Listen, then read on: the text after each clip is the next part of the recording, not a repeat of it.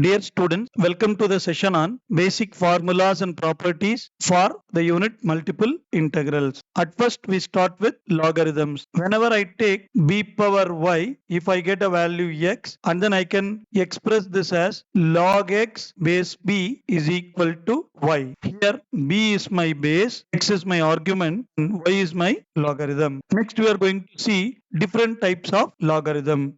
First, we see natural logarithm. In some books, people use ln x. On the other side, people use log x base e. Both are correct, where the value of e is 2.718. Next, common logarithm. If I write log base 10, it is known as common logarithm. Sometimes in computer science, people use binary logarithm. That means you can easily guess now the base is going to be 2. Throughout this unit, we are going to assume that log x means obviously log x base e. Unless otherwise the base is not mentioned, we are going to take the base as e. In case of calculator, if you want to calculate natural logarithm, we have to press the button ln. Suppose if you want to calculate common logarithm, that is base 10, then we have to press the button log. So you have to know the difference between these two. We know that e power log x is going to be x because the base is e. Using this formula, b power log x base b is equal to x. If we replace b by e, we get this. So these things we are going to use in the problems. So I'm just giving as a hint. The similar way, log e power x is going to be x since the base is e. The next thing, a power x can be rewritten as e power x into log a, or we can rewrite this as e power log a into x. Next, we know very common rules in logarithm. Log ab is equal to log a plus log b. Next, you can guess very obvious. Log a by b is equal to log a minus log b. And many students will do the mistake. They write log a into log b is equal to log a plus b or log ab. This is incorrect. So log ab is log a plus log b. Log a by b is log a minus log b. Then finally, we know that log a power b is going to be b log a. So these three rules we are going to apply in the problem solving.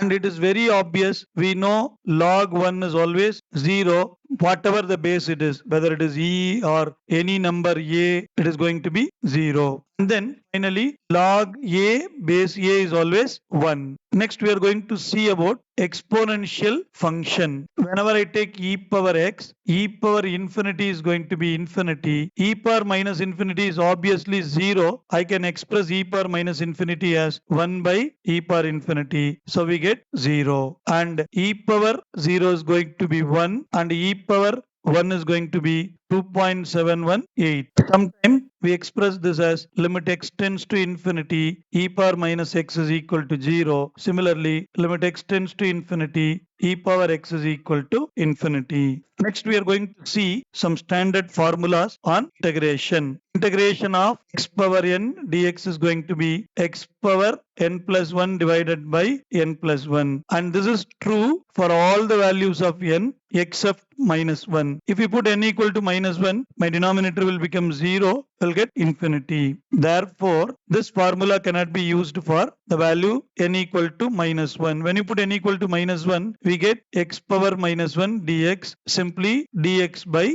x. We know that integration of dx by x is log of mod x plus c. Whenever x greater than 0, in the case of problems, we simply write integral dx by x is log x plus c. This is true when x is greater than 0. Integral e power ax dx is going to be e power ax by a. What is the integration of a power x dx? Just now we see a power x can be rewritten as e power x into log a. And now instead of e power ax, here we have e power log ax. So it is going to be very easy. Integral a power x dx is integral e power log a x dx. Therefore, my answer is going to be e power log a into x divided by log a plus c. Now, this e power log a x I can rewritten as a power x. Denominator I have log a plus c. Hope you understand, students. That is going to be very, very simple. So either a power x or e power log ax, both are same, and the integration is a power x by log a plus c. Integration of sin ax is going to be minus cos ax divided by the constant a plus c. Similarly, integration of cos ax is going to be sin ax by a plus c. And we know differentiation of tan x is secant square x. Obviously, integration of secant square ax is going to be tan ax divided by a. Next, you can easily guess what is the integration of cosecant square ax. Integration of cosecant square ax is going to be minus cot ax by a. Next, we are going to find the integration of tan ax. Here, students will do the common mistake. Whenever they see tan ax, they will write secant square ax. This is wrong because tan ax differentiation is secant square ax. We are asking tan ax integration. So how to find integration of tan ax? I am rewriting this tan ax as sin by cos. Now we are going to see how to integrate tan ax. We have to recall a formula: integral numerator f dash of x, denominator f of x, dx is going to be log modulus of f of x plus c. If we use this formula, we can easily find the solution for tan ax. Now, I am rewriting the tan ax as sin by cos. We take the denominator as f of x. Now it is easy to see differentiation of cos ax is minus a into sin ax. In this problem, we have sin ax and minus a is missing. So if I multiply and divide by minus a and then simplifying this, we get the solution. Now let us take this minus 1 by a. We get minus 1 by a integral minus a sin ax divided by cos ax dx. So my denominator is f of x, numerator is f dash of x. Therefore the answer is minus 1 by a log modulus of cos ax plus c. Now, easily we can find cot ax. Cot ax can be rewritten as cos by sin, and we know that differentiation of sin ax is going to be simply a into cos ax. So I can multiply and divide by a. I will take the a from the denominator outside, get 1 by a into cos ax by sin ax. Using the formula, we can easily write this as 1 by a log modulus of sin ax plus c. So why these two formulas I am explaining in precise, we are going to use this in problem solving. Integration of tan ax is minus 1 by a log modulus of cos ax plus c. If this cos ax is greater than 0, and we can simply write this as minus 1 by a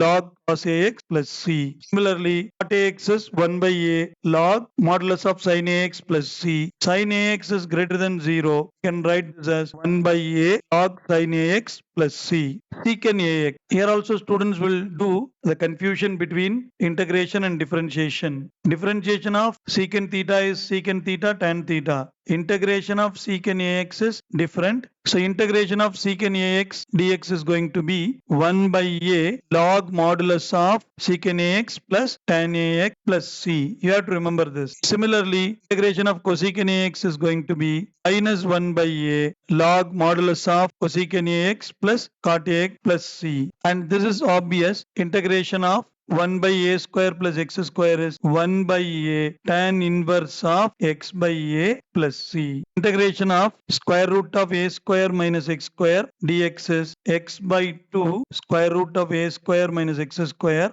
plus a square by 2 sine inverse of x by a. Next, while substituting the upper and lower limit in problem solving, sometime we used to face like this: sine inverse of 1, tan inverse of 1. That time we have to recap the table. So sine 0 is 0, 30 degree is 1 by 2, 55 is 1 by root 2, 60 is root 3 by 2, and 90 is 1. And cos we have to write in the reverse. And we know tan 0 is 0, tan 45 degree is 1, 30 is 1 by root 3, and 60 is root 3. And tan 90 is infinity. So we have to remember the following formulas. Sin inverse of 0 is 0. Sin inverse of 1 is 90 degree or pi by 2. We have to write in radians in the problem. Similarly, tan inverse of 0 is going to be 0 and tan inverse of 1 is going to be pi by 4, that is 45 degree. Next we see integral 0 to pi by 2 sine power n theta d theta. Similarly, integral 0 to pi by 2 cos power n theta d theta. We have studied in our school. Both are going to be equal. The reason is at first quadrant cos 90 minus theta is going to be sin theta. Similarly, sin 90 minus theta is going to be cos theta. And now you study the formula for integral 0 to pi by 2 sin power n theta d theta as well as cos power n theta d theta. We have two cases. The first one is n is even, the second one is n is odd. Let us see the formula. If n is even, we have this formula. If n is odd, we have the second formula. Now how to remember this in a very easy way? If n is even, then I will start with pi by 2 first. So 1, 2, 3, 4, etc. Finally, we go n minus 1 into n. So this n have to be end in the denominator. Now, if I take any random example, integral 0 to pi by 2 sine power 12 theta d theta. So it is going to be very easy. First write pi by 2, then 1, 2, 3, 4, 5, 6, 7, 8, 9, 10, 11, 12. 1 by 2, 3 by 4, 5 by 6, 7 by 8, 9 by 10, 11 by 12. You multiply and simplify. This is the simplest way to remember the formula for n is even. Another example, integral 0 to pi by 2 sine power 8 theta d theta. So answer is pi by 2, 1, 2, 3, 4, 5, 6, 7, 8. 1 divided by 2, 3 by 4, 5 by 6, 7 by 8. Finally, we have to multiply and simplify this. The same way, integral 0 to pi by 2 sine power 4 theta d theta is going to be pi by 2, 1, 2, 3, 4. That's it, students. So it's going to be very, very simple. Next, we are going to deal with odd power of n. When it is even power, we have to start with pi by 2. When it is odd power, we have to start with 2. 2, 3, 4, 5, etc. n minus 1 by n. So if we have integral 0 to pi by 2 sine power 5 theta d theta, it is going to be easy. 2, 3, 4, 5. That's it. Next, for sine power 7 theta d theta, we can write 2, 3, 4, 5, 6, 7. And sometime in problem solving, we'll face these terms like integral sine square theta or integral cos square theta. In that case, we have to use the classical formula. Cos square theta is 1 plus cos square theta is 1 plus cos 2 theta divided by 2, while sin square theta is 1 minus cos 2 theta whole divided by 2. Hope you have covered all the basics which we need for our problem solving. We are at the end. We recap all the basic formulas which is necessary to solve multiple integrals. Thanks for watching. Hope you found this video helpful. Subscribe to our channel and share it to your friends. See you in the next video. Bye bye.